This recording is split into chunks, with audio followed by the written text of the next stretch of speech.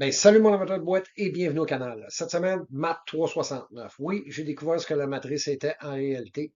Et c'est ce qu'elle est. Elle est une matrice. Sauf qu'elle est une matrice visuelle de ce qu'est la matrice numérique, le 369, la découverte des fameux grands mathématiciens de ce monde qui disent que le chiffre 369 est une matrice qui se répète à l'infini à travers l'univers et qui en formerait le tissu. Moi, j'ai mieux que des formules mathématiques pour vous autres. Moi, j'ai la photo du 369 en intégrale. Je t'invite à suivre jusqu'à la fin. Tu vois, c'est assez intéressant.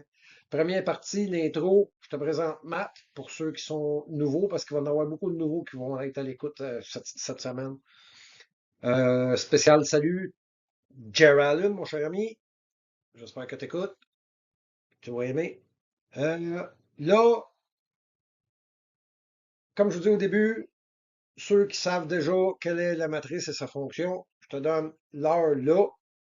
Tu iras tu jumperas à cette étape-là. Le reste, c'est du déjà vu que j'ai présenté sur ma chaîne.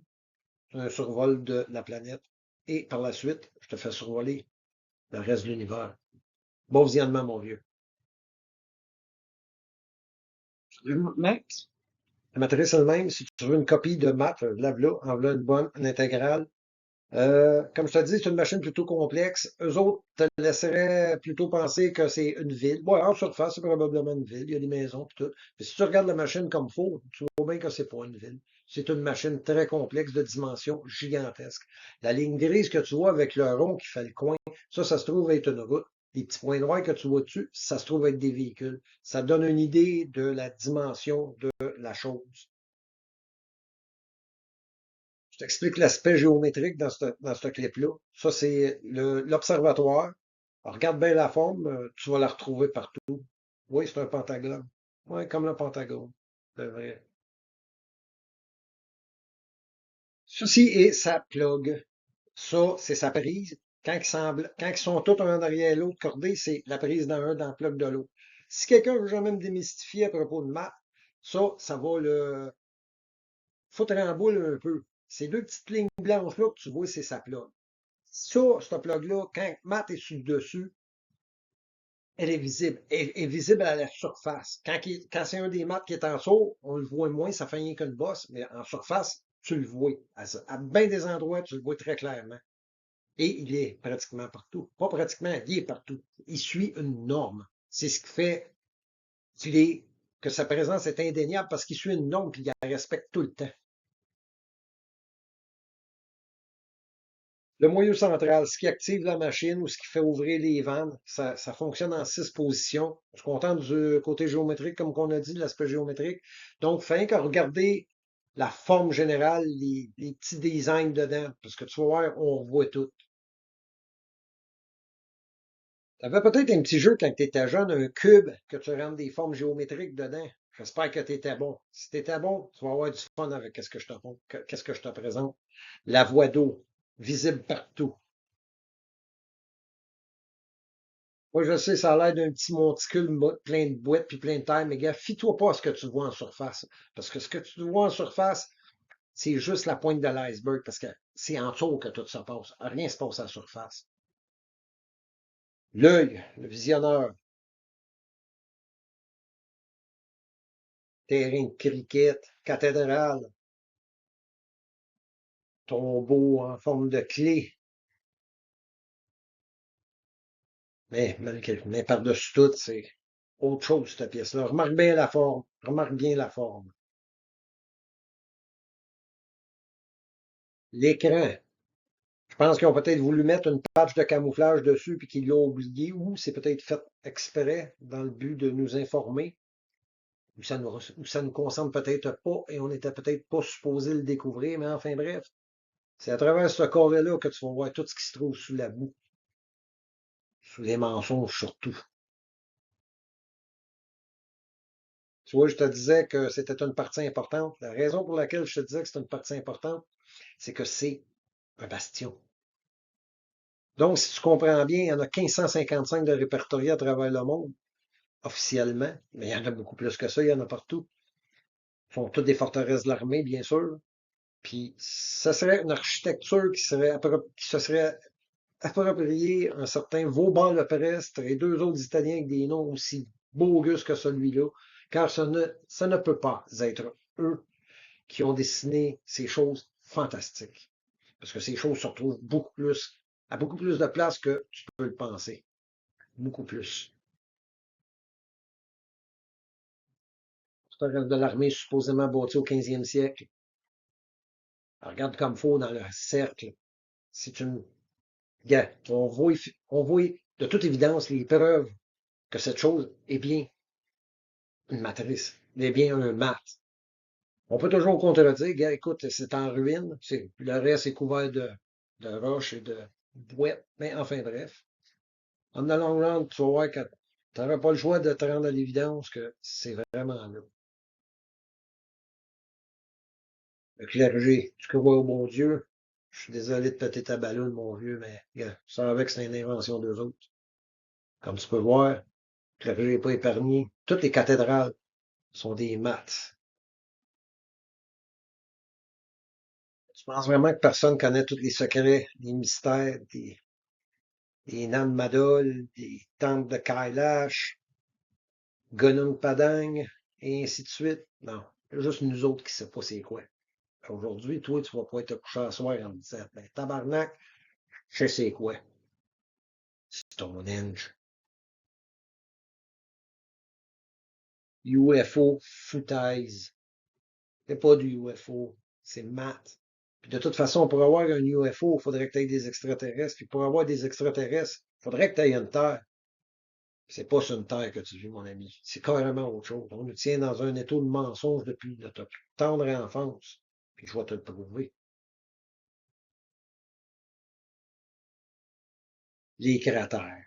Attends, mais que tu aies compris celle-là à la fin de ce clip-là, tu vas en trouver drôle. Les cratères. Il n'y a pas de chose telle qu'un cratère. Pas selon ce qu'ils nous ont laissé comme entendement. Puis je vais te le prouver ça avec tantôt, puis tu vas pogner 2 minutes.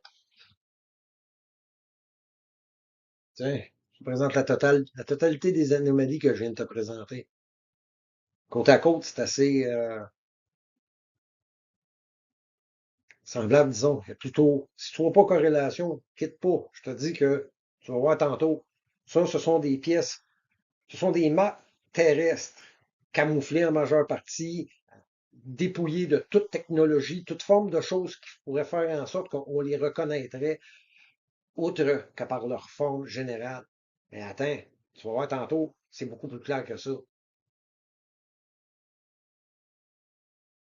Bon, je vais te mettre un peu dans le contexte de ce qui se passe. Bon, eh bien, Maui, on a fait la même chose qu'à Mirabel. Si je t'invite à écouter mon site Star Fortress sur YouTube. Tu vois, j'en parle, Hold Up à Mirabel. On exproprie des gens pour s'approprier les portes d'entrée de Mars. J'invite à regarder attentivement à l'intérieur des cercles. Les natifs eux-mêmes le disent. Ceci est une porte. Cet endroit est une porte. C'est pas rien qu'une porte.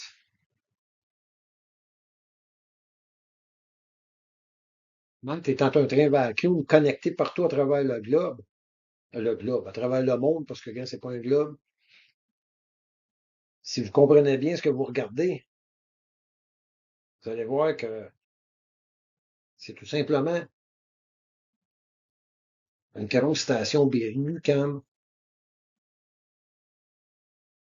quand on parle de matrice, on a tendance à imaginer le film La Matrice, un film de science-fiction, mais non, c'est pas une matrice comme dans les films, c'est une matrice mécanique. On a été conquis par un peuple qui avait une technologie plus avancée que nous autres, l'électronique. Nous autres, on était à la mécanique. Je t'invite à regarder attentivement celui-là.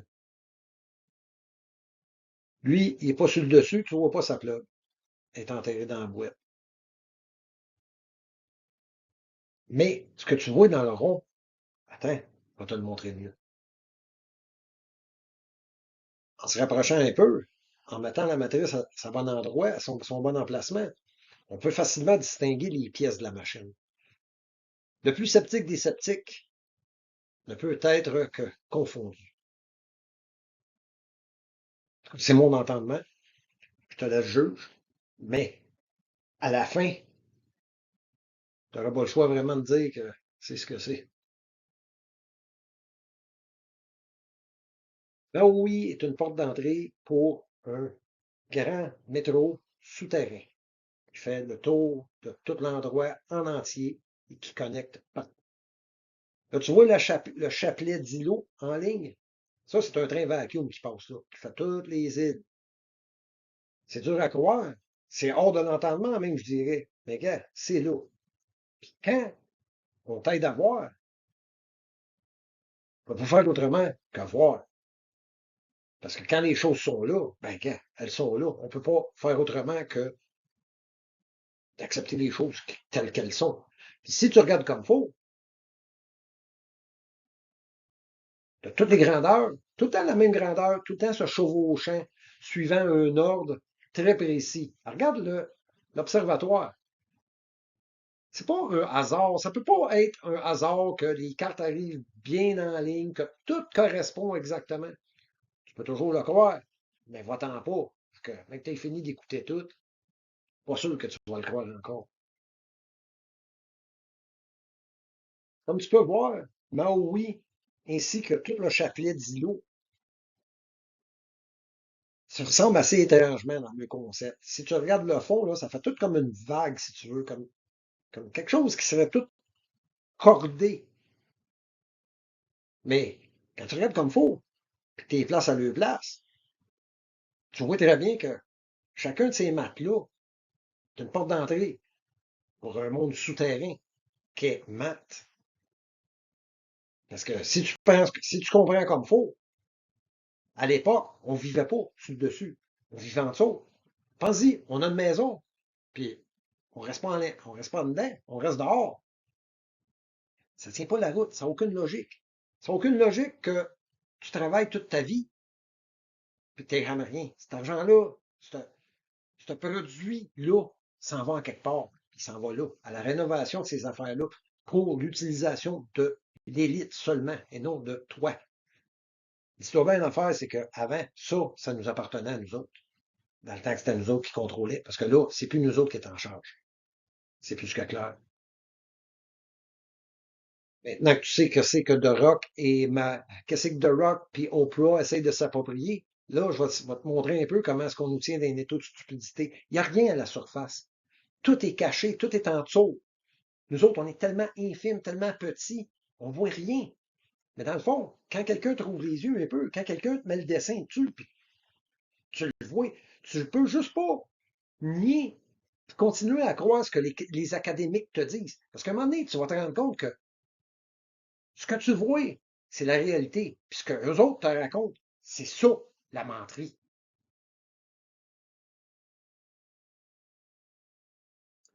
Il y a quelqu'un quelque part qui se paye notre tête sur un temps solide, puis depuis belle lurette en plus. Tu sais, ça, là, c'est pas à un moment donné, ce n'est plus des coïncidences. À un moment donné, ça devient une suite de répétitions sans fin. Ça recommence tout le temps, encore et toujours. On le sait et on fait exprès pour nous tenir dans un état de stupidité sans lendemain, dans le seul et unique but de nous contrôler. C'est ça que je trouve plate, tu sais. Moi, il me reste peut-être 20 ans, peut-être 30, gros maximum.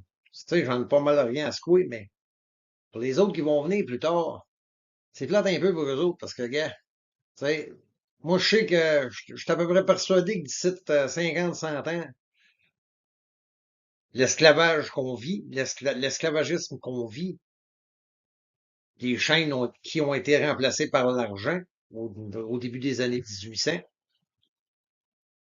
vont revenir. Puis l'argent, c'est un signe de politesse, je ne sais pas pour quelle raison. Tu sais, quand l'armée prend possession de son peuple, en prend le pouvoir, en prend le contrôle, puis le tout en le tenant dans un étau, en le tenant dans l'ignorance du fait, parce que dis-toi bien l'affaire, c'est pas le gars avec la cravate qui mène, c'est celui avec le gun.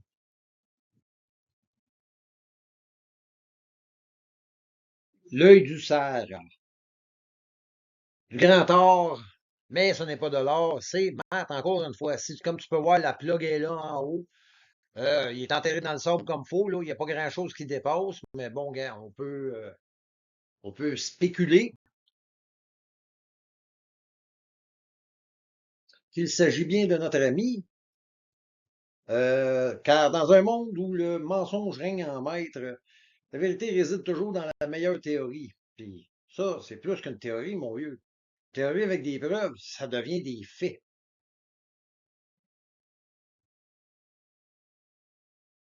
Bon, il n'y a pas beaucoup de points il y a pas beaucoup de points de repérage, de points de repère, mais bon, écoute, tu sais, chaque anomalie, chaque mystère, chaque bâtiment gouvernemental, Caroline, ça en est un. Fait que, nous, les gars, ça va. Attends, on n'a pas fini encore, on commence. Math est le schéma principal qui forme le tissu de l'univers, de la Terre, de toutes les planètes, de tout ce qui nous entoure. C'est une matrice qui se répète une en arrière de l'autre, partout. C'est ça qui forme les planchers, c'est ça sur ce quoi tu mens. Fait que si tu comprends bien, tous les bâtiments de l'ancien monde, et ceux d'aujourd'hui, même ceux qu'on bâtit aujourd'hui, mais beaucoup moins parce qu'ils les rasent plus qu'ils les entretiennent. Mais à l'époque, tous les bâtiments qui étaient bâtis, des bâtiments de l'ancien monde d'avant le mode flood, qu'ils appellent, étaient bâtis sur des maps.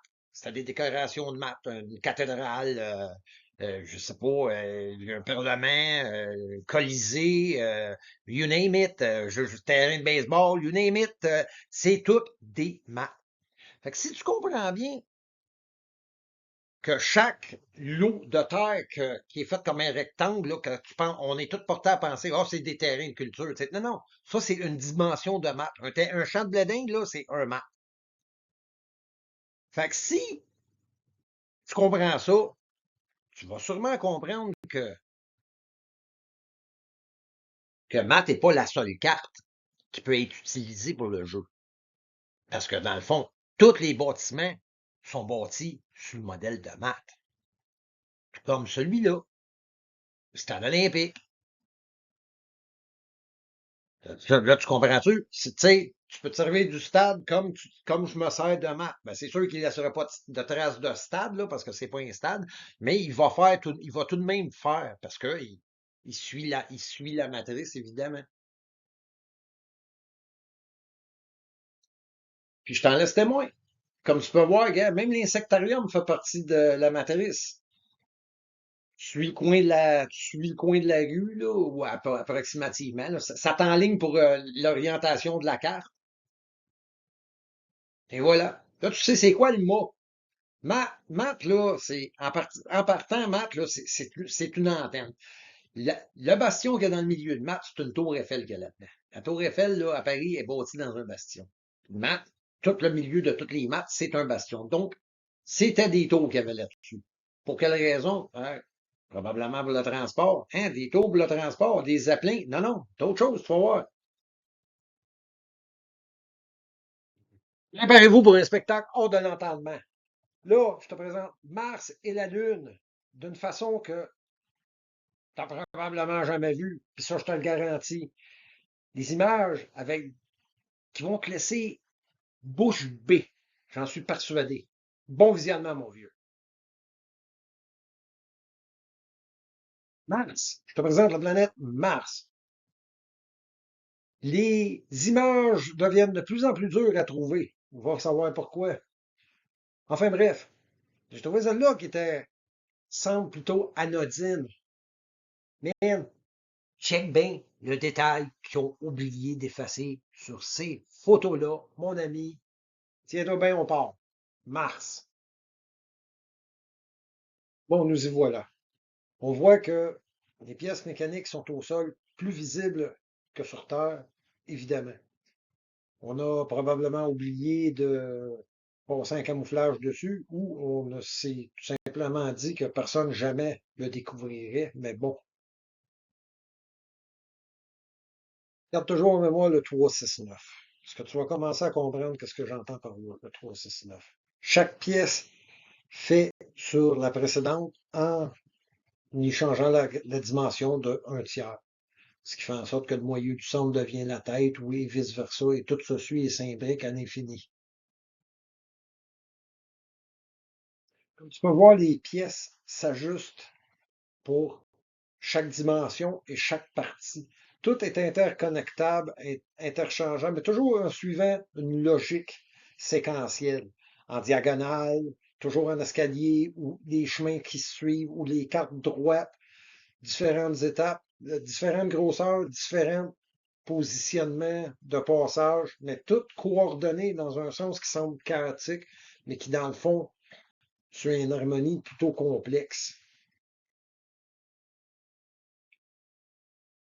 Ça, celui-là, ce cratère-là spécifique, cette forme-là spécifique, je l'appelle un œil. Tu vas comprendre pourquoi je l'appelle un œil, parce que tous les cratères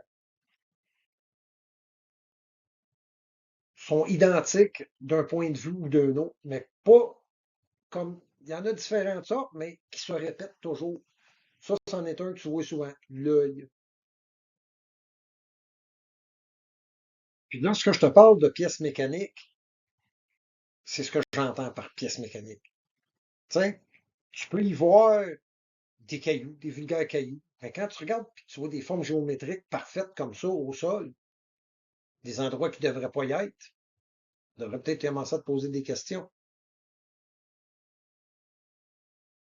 Quand tu arrives avec des points de corrélation, de correspondance identiques, Regarde le centre, celui du centre. Regarde le triangle dans le centre. Ben, le cercle, le triangle qui est dans le cercle du centre. Regarde les autres, la plug. La plug, de toute évidence, à sa place. OK, tu peux dire que c'est des monticules de terre, peut-être, qui correspondent exactement avec la matrice. Mais bon, il peut y avoir rien qu'une seule explication à toutes ces corrélations-là. Cette explication-là est tout simplement est que c'est ce que c'est ce qu'il y a là.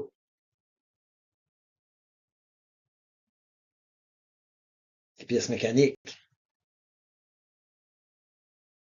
jusqu'aux plus infimes, sont toujours là, visibles, enterrées dans la boîte, comme tout le reste de la planète et de la galaxie et de l'univers. Les plus infimes aux plus grandes.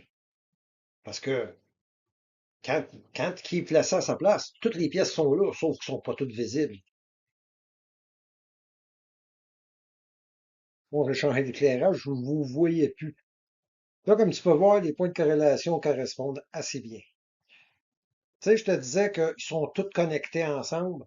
Si tu places les cartes exactement à leur place, toutes la même dimension, de façon coordonnée, tu peux voir que les moyeux centrales sont toutes à leur place et que les grands morceaux dans le bas aussi.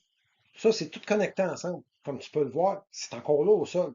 Si c'était pas là, pourquoi est-ce que c'est encore là au sol? Puis celui dans le cercle, comme tu peux voir, il est tout démoli. Bon, on s'est assez attardé sur l'œil. Maintenant, je vous emmène visiter une autre forme, plutôt très commune. Tu vas peut-être le reconnaître si tu es adepte des vieilles cartes. Là, si tu regardes comme faut, tu peux voir que c'est une multiforme qui entoure de ça. C'est un octogone, c'est un pentagone, c'est un carré, c'est un cercle, enfin bref. Tu n'as jamais remarqué que tous les cratères étaient ronds? Le 3, 6, 9. Regarde, tu vois qu'une pièce va dans une autre plus grande, et ainsi de suite, jusqu'à l'infini. Là, si tu regardes comme faut, ça, celle-là, je l'ai appelé la forme Grand Nord. Pourquoi je l'appelle la forme Grand Nord? Parce que c'est une vieille carte supposée du pôle Nord. Puis si tu regardes comme faut d'un cercle, regarde celui en haut droite, à droite, ouais. Celui en haut à droite, là, regarde dans le cercle, tu vas le voir comme faut au sol. Pourquoi? Je vais essayer de t'expliquer pourquoi. Parce que, vu que la matrice se répète partout, quand à l'époque on dessinait une carte d'un endroit, de toute évidence, cette carte-là, même si la carte comme telle ne correspond pas exactement, la carte fit partout, comme celle-là. Et là, ce qui est dur à comprendre, c'est ces ronds-là dans les quatre coins. Qu'est-ce que c'est? Comment ça se fait qu'ils se trouvent là au sol? Explication que je te donnerai plus tard. Là, pour l'instant, on s'en tient aux formes géométriques. Comme tu vois, c'est répétitif partout. Puis les cartes de l'Ancien Monde, eux autres avec, semblent se répéter. Map n'est pas dur à placer. Tu trouves une carte, tu trouves la forme d'une carte au sol, que ça soit sur une photo ou une vieille carte, les lignes au sol ne sont pas ce que tu crois qu'elles sont. Elles sont définitivement là au sol et existent vraiment. Pourquoi? Parce que regarde, Math, là, c'est pas juste la machine. Math, c'est la carte en entier. Parce que ce qu'il y a, les autres features qu'il y a sur tout le tour de la carte, eux autres avec correspondent tout le temps avec quelque chose. Comme là, si tu regardes comme faut le carré au sol, tu vois, tu places maths dedans. Et de toute évidence, maths va là. Bon, sciences physiques logique 101. T'as jamais trouvé ça étrange que partout, sur toutes les planètes, tous les cratères sont ronds. Puis regarde celle-là sur Mars, pointe toutes les à la même place. Les cratères sont de même dimension qui se répètent. OK, c'est des dimensions différentes, mais c'est toutes la même qui se répètent tout le temps. Les mêmes qui se répètent tout le temps partout. Tous ceux-là avec tout le nez qui pointe par en l'air. T'as jamais arrêté de penser qu'un cratère, c'est pas supposé d'être rond? Ben, peut-être. Parce que si tu y penses comme il faut, pour avoir un cratère rond, il faut que tu aies un point d'impact en ligne droite perpendiculaire droite dans le centre. Oui, ce que j'ai appris à l'école, c'est que les cratères, c'était des pluies de météorites tombées dans toutes les directions. Ça, c'est ce que moi j'ai appris. Toi, je ne sais pas ce que tu as appris, mais il arrive qu'on pense avoir trouvé le jackpot, le gros morceau, quand dans les faits, on manque le plus évident,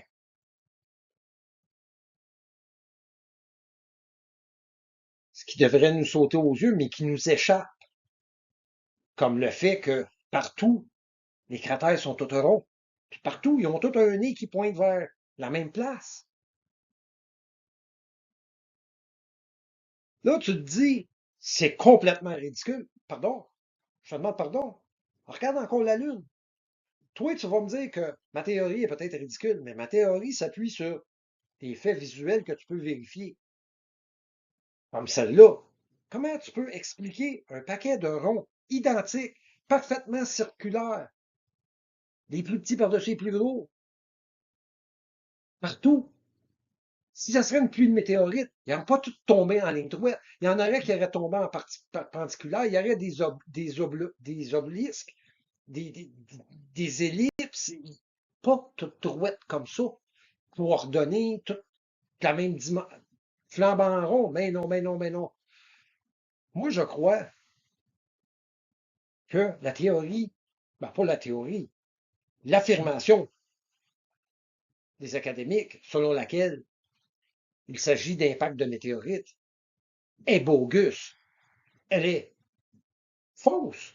Parce que ça, ce ne sont pas des impacts de météorites. Je suis désolé. Tu peux peut-être dire que ce pas des matrices comme je l'affirme, mais tu ne viendras jamais me faire croire que ce sont des impacts de météorites. Parce que si tu penses que c'est des impacts de météorites, tu perds ton temps, change de poste. Tu m'emmènes sur Terre, cordé, tout en ligne. Mais OK, tu vas dire, on voit rien. Ouais, tu vois rien. Regarde les lignes des cartes en haut. Fais rien qu'à regarder le haut des cartes. Puis après ça, approche-toi de ton écran et regarde les ronds. Tu vas voir, tout est en ligne, synchronisé. Une machine.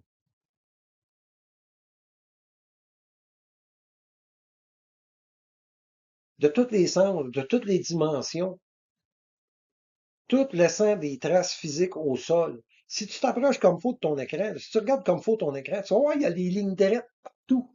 Il y a des lignes droites partout sur ce dessin-là, sur cette image de Google Earth-là. Dis-toi bien que c'est pas des passages d'un satellite. Ces lignes-là sont véritablement au sol. Tu regardes une photo grand format de l'endroit, puis les lignes sont toutes là. Puis là, si tu regardes, les ancrages arrivent exactement à leur place alors que les cartes sont placées exactement dans la même dimension, en ligne droite suivant le chemin. Le chemin en haut, la ligne grise, c'est une autoroute. As-tu une idée de la dimension de la route qu'il y avait là à l'époque? Qui est toujours là, submergée sous la boîte, comme tu peux le voir. Greater Lake Oswego, j'avais oublié de le mentionner. Comme tu peux voir, ils ne sont pas toutes placées sur le même angle. Mais, quand tu regardes comme il faut les traces au sol, puis les lignes des cartes, tu vois les lignes des cartes, tu vois les cartes complètes au sol. Quand tu regardes comme il faut les points d'ancrage, tu vois visiblement que c'est ça qu'il y a sous la boue.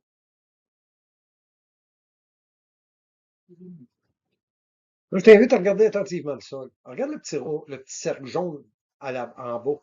Regarde à l'intérieur, tu vois le dessin du moyeu central.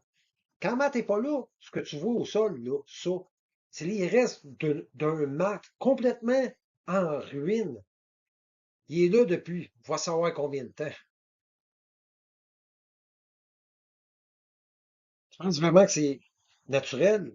Ça ressemble vraiment à quoi de naturel selon ton point de vue? C'est sûr que c'est hors de l'entendement de dire que, de prétendre que ce sont des ruines de dimension incroyable, mais enfin bref, je te le juge. Ne cherchez plus, messieurs, vous l'avez trouvé. Oui, le mot clitoris. Eh, comme tu peux voir, en escalier toujours, qui se suivent et qui se chevauchent, toujours coordonnés. Puis quand tu places les cartes en suivant les lignes qui sont au sol, comme tu peux le voir, comme tu peux constater, même dimension, coordonnées en ligne, les pièces sont au sol, tu peux pas te tromper. C'est ce que c'est. La Lune. Il y a beaucoup plus que qu'est-ce qu'on peut percevoir avec notre œil. Parce que là, on voit pas grand-chose. Mais si tu regardes attentivement, check bien ce qu'il y a. En se rapprochant un peu, on se rend compte qu'il y a beaucoup plus de choses à voir que l'œil nous laisse percevoir. Puis quand je dis beaucoup plus, t'as pas idée à quel point. Là, on voit la plug, c'est bon, c'est flou un peu, mais attends un peu. Si tu crois pas que c'est mat, tu vas peut-être croire plus que j'ai trouvé E.T. Parce que si c'est pas des pièces de machinerie, ben, c'est probablement des ovnis. Parce on s'entend pour dire que c'est probablement pas des cratères, parce que ça ressemble pas beaucoup à des cratères. Puis comme je l'ai précédemment mentionné, les cratères ronds, la forme ronde exacte de même, ça n'existe pas, ça se peut pas. La nature, ça fait pas des belles affaires rondes de même. En tout cas, très rarement. Et jamais à répétition de la sorte. La perception diffère selon notre compréhension de ce qu'on regarde. Comme ça, le cercle à gauche, bon, tu peux voir deux cratères un à côté de l'autre, ou bien tu peux voir un énorme dé à coude, un gros soutien, quelque chose. Tu peux voir peut-être l'œil dans le milieu de la tête, mais encore là, c'est une question de perception. Et selon ma perception, ces choses ne me semblent pas naturelles. Bon, c'est moi. Toi, tu vois peut-être d'autres choses. Tu vois peut-être des cratères, tu vois peut-être des montagnes bien ordinaires. Mais, si c'est ça que tu vois, je te conseillerais de t'approcher de ton écran. En vérifiant des corrélations telles l'œil que tu vois dans le milieu du trou, puis le nez, des fois, on trouve des affaires qui nous sautaient aux yeux, mais qu'on voyait tout simplement pas. Des affaires comme qu'est-ce qui se trouve dans l'observatoire, ce que tu regardes présentement à droite.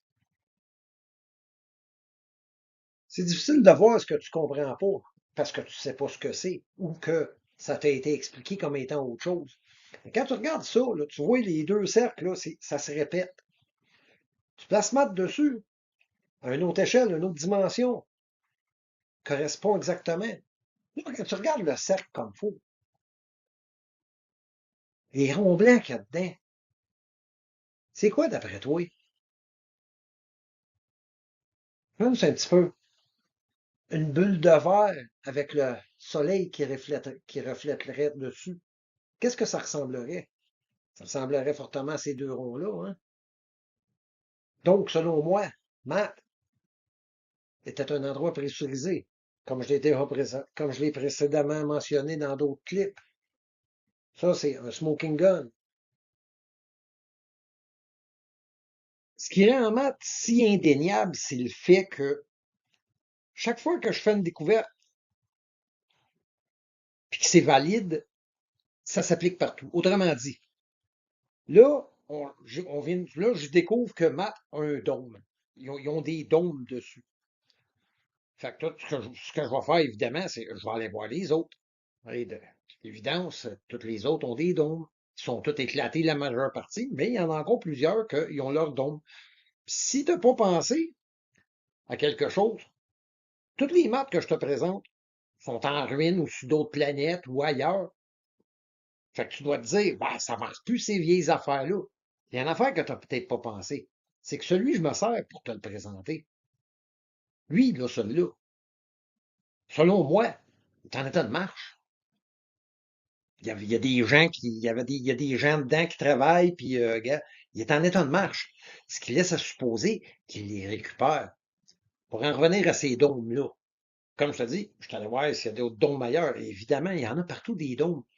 Le monde n'est pas qu'est-ce que tu penses, mon vieux. Même très loin de ça.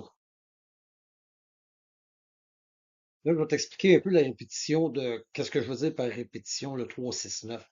Là, ça, c'est celui de droite que je viens de mettre sur le côté gauche. Je l'ai grandi d'un tiers. Puis comme tu peux voir, ça a correspondance parfaite. Pourquoi? Parce que le 3, 6, 9. Chaque partie de la matrice augmentée ou diminuée d'un tiers fait sur un autre de ses extrémités. De là, sa répétition, elle peut s'emboîter une par-dessus l'autre à l'infini. Puis ça te prouve encore une fois que c'est vrai que tout se répète et que le 3, 6, 9 existe parce que regarde, tu les as un à côté de l'autre, puis c'est identique à un tiers de différence. OK, mon chum, moi je te laisse là-dessus. Je te vois dans la deuxième partie. Tu vois, man, elle est malade, elle est mentale. C'est rien que du hot stuff, mon homme, d'un bout à l'autre. Je te ferai pas ça en deux clips. Je te mets ça, je te mets ça tout de suite après. Ciao, mon chum.